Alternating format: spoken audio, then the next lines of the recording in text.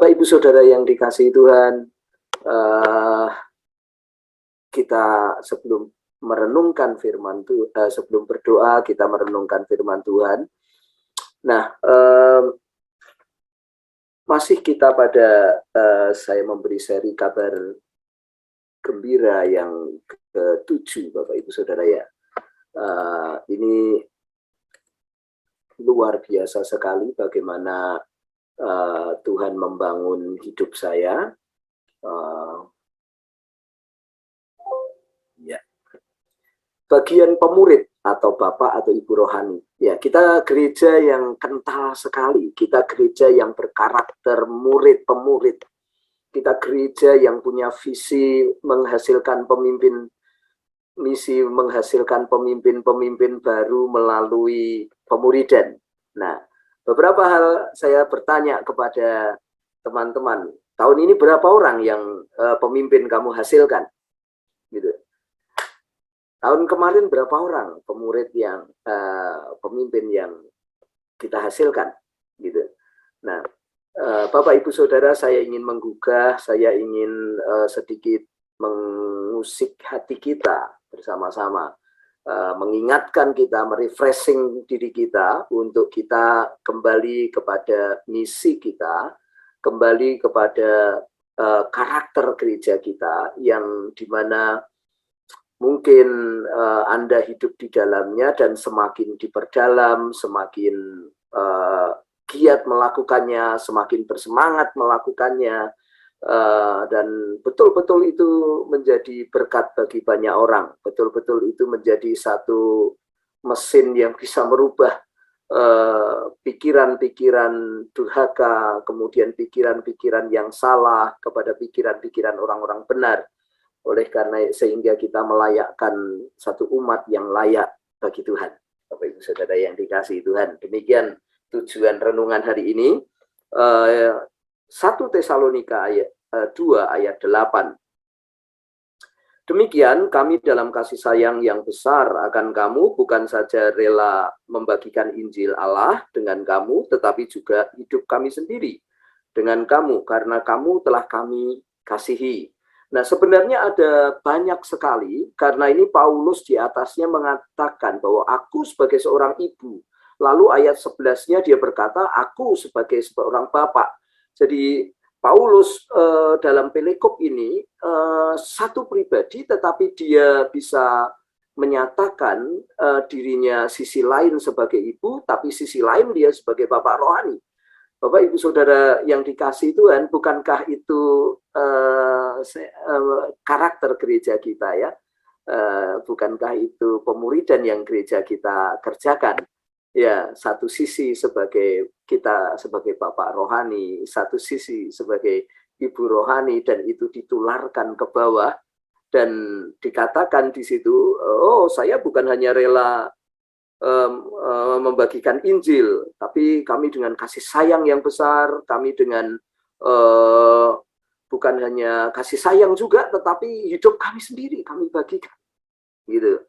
Nah, ini luar biasa sekali Bapak Ibu Saudara ya yang terjadi. Nah, saya ingin memulainya karena saya sangat gembira gereja kita mungkin Sabtu depan ya kita ada acara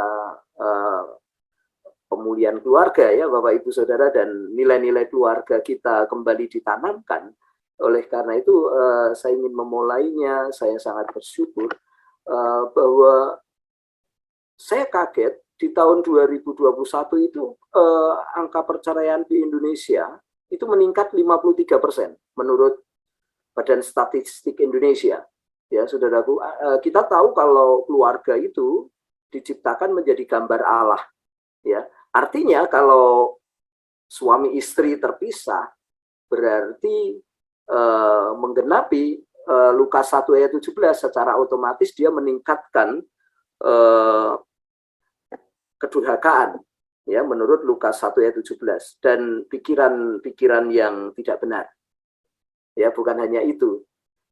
Di Yohanes 17 ayat 3 itu mengatakan bahwa keselamatan itu pengenalan akan Allah sebagai Bapa kita dan pengenalan Yesus Kristus. Artinya ketika keluarga itu bercerai tidak meningkatkan pengenalan akan Allah juga. Nah ini alasan Bapak Ibu Saudara, saya kaget Jawa Tengah juga itu nomor 3 rupanya di Indonesia. Nah kita perlu berdoa untuk ini Bapak Ibu Saudara ya. Kita gereja Tuhan perlu berdoa seperti besok Sabtu nilai-nilai kita mungkin ditambahkan, tapi juga kita berdoa bagi bangsa kita supaya pengenalan akan Tuhan itu terjadi, saudara-saudara, dan keselamatan itu terjadi atas bangsa kita. Mereka tahu, saudaraku, bahwa suami istri atau laki-laki dan perempuan itu diciptakannya dia serupa dengan gambaran Allah. Jadi tujuan sebenarnya pernikahan itu adalah gambar Allah itu sendiri di muka bumi. Supaya di muka bumi ini ada satu map atau peta atau image, gambaran tentang Allah itu sendiri. Allah yang berkuasa, Allah yang kudus, Allah yang bersukacita, Allah yang berhikmat. Itu semua ada di muka bumi kalau keluarga-keluarga itu dipulihkan. Nah, oleh karena itu kita sungguh prihatin Bapak Ibu Saudara ya, Jawa Barat selalu menyumbang nomor 1 karena saya selalu mengikuti, saudara-saudara, selalu mengikuti ini tingkat perceraian ini. Sangat menyayangkan Bapak Ibu Saudara. Itu membuat orang-orang memiliki pikiran-pikiran yang tidak benar dan meningkatkan kedurhakaan.